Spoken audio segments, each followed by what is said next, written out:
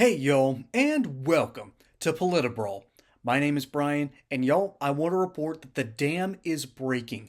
That folks in the inner cities, black voters, minority voters, white voters, everyone has had it with Democrats, particularly this young man in the city of Chicago. What he has to say is brilliant.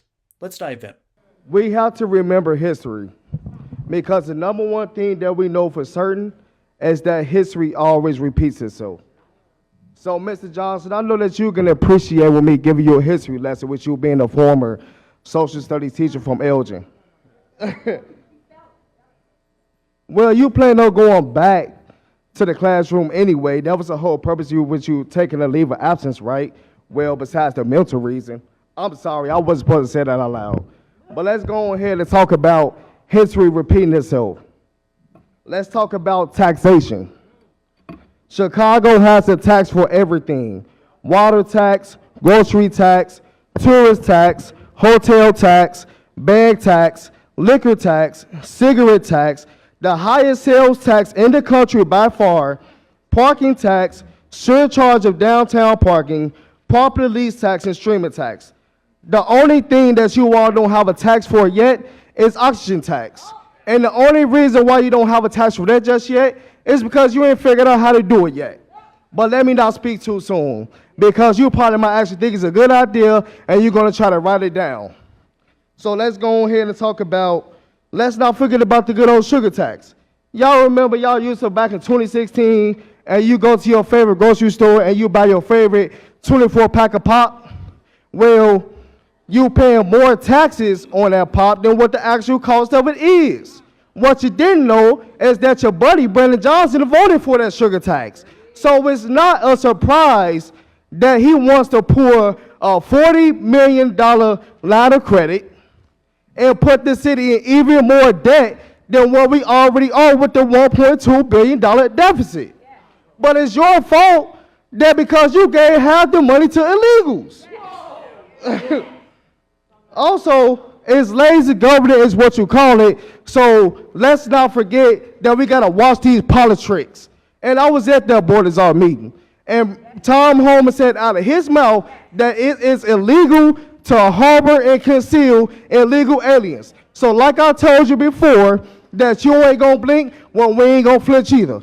Now, I'm going to tell you another thing. All you illegals, you ain't going to have no Merry Christmas. You're going to have a Merry Deportation Christmas.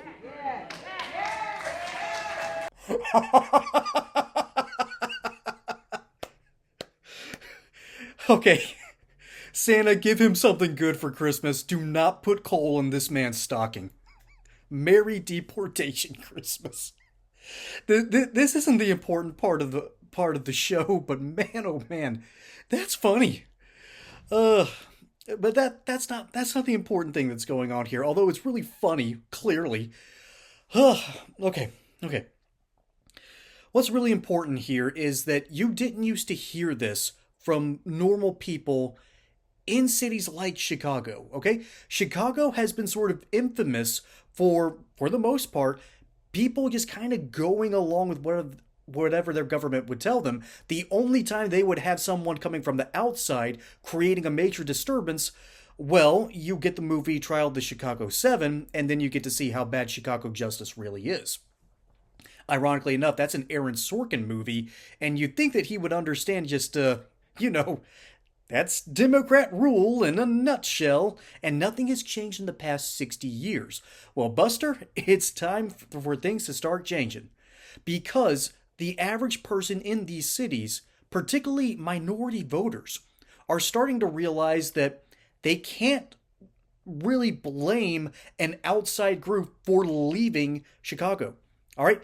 You know what? The best way to describe the decline of many of our cities, and I'll get to that further in a bit, but the best way to describe it is like a business that has realized that there are better competitors out there that are just a couple of blocks away, and instead of changing things up, adding new menu items, instead of realizing that you need to change something, you just raise the prices. And it's basically the Subway problem, okay? You can go to Firehouse, you can go to Jersey Mike's, you can go to Jimmy John's if you just want something cold and fast. And they're all better than Subway. And what does Subway do? It just raises prices. Because the model has gotten staler than their yesterday's bread. And that's why Subway is getting worse and worse. And it's why they've resorted to, oh, we're going back to we're going to give you another $6.99 deal when it's only at participating locations. We're bringing back the $5 footlong, except it's going to be $6 at participating locations. And you can't find one. You can't find a participating locations. So, of course, we're going to go to Firehouse, Jersey Mike's, or we're going to go to Jimmy John's, or Potbelly's. By the way, big shout out to Potbelly's. And then what about Wawa? We're going to go elsewhere because you're not providing the value. And so the people who are stuck with only being able to shop at Subway, to eat there, they're starting to get ticked off at the quality of food. They're starting to realize that it isn't any good. They're starting to realize that there are better options out there for better money. But it takes so long to get out there to those new spots that it's not tolerable for them. They want something better, and they deserve something better, because they are American citizens. And this black man has realized that what Chicago has done is what Subway has done. Just more taxes, raising prices, and trying to find new insipid ways to suck money out of the system instead of offering something new and better. Compare that to cities like Pittsburgh. And I really like bringing this up as an example, although there are so many Pittsburgh people that moved down to Atlanta, there's more Pittsburgh Steelers and Mercedes-Benz than there are Falcons fans. But that's another topic for another day. But what's Pittsburgh realized that, okay, we're no longer a steel town. We have got to pivot to something else. And they did. They became a major tech hub, or at least a minor tech hub in their own way, and they revitalized their entire city by doing so. That is what American cities need to understand that must happen. They need to improvise, adapt, and overcome, and not just tax, tax, tax. And you'll never meet a Democrat that didn't like a new tax hike. And so, when you have people that have left places like Chicago and have gone elsewhere, there's a ton of Chicago people that have also moved to Atlanta. Funny, it's almost as if having cheaper options in the region, cheaper land, more accessibility, and get this, lower taxes is better for business. It's better for the average person. And so the question is, how do you manage that? How do you manage to move yourself into the future? Well, look no further than what Pittsburgh did. And they figured out that there was a niche part of the economy that they could cater to, and that's exactly what they brought to Pittsburgh. Okay? Austin, you have the Keep Austin Weird model, but you also have a ton of people moving into the Texas Triangle, I think they call it, because the land is cheap, because there's plenty of hard workers who are willing to do a good job, and because taxes are low. And so, Democrat-run areas are starting to realize that maybe this model works.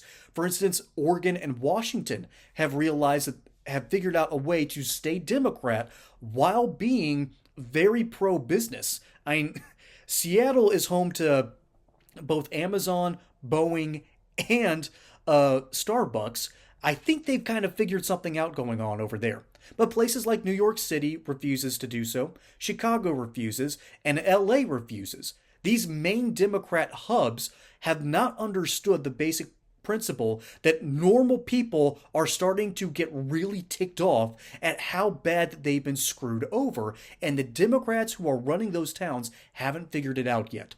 I only half jokingly say that Democrats can't govern, but the reality is they're pretty darn terrible once they've comes down to brass tacks. It's only in a couple of rare instances do you see forward-thinking Democrats care about the free market and back away from the bureaucracy. That's what needs to happen, and that's why history is repeating itself according to this based gentleman who is speaking truth to power. And it's not just that joke about illegal immigrants at the end. It's the fact that these cities don't realize that they have been sucking the blood and life out of their people like a vampire through their terrible taxation policies, and ultimately not understanding that they must adapt in a new direction, or they're going to keep on fostering such an angry populace that they're going to ride them out on a rail one day. That's what ends up happening, and hopefully it happens at the ballot box, and not the mob that you get, like I mentioned earlier, in the 1968 convention that was immortalized in the movie trial of the Chicago 7. But that's Chicago for you. That's the Chicago way. Folks, my name is Brian. Hope you enjoyed that segment here on PolitiBrawl. Don't forget to like and subscribe. Catch you on the next one. And until then, y'all have a good one.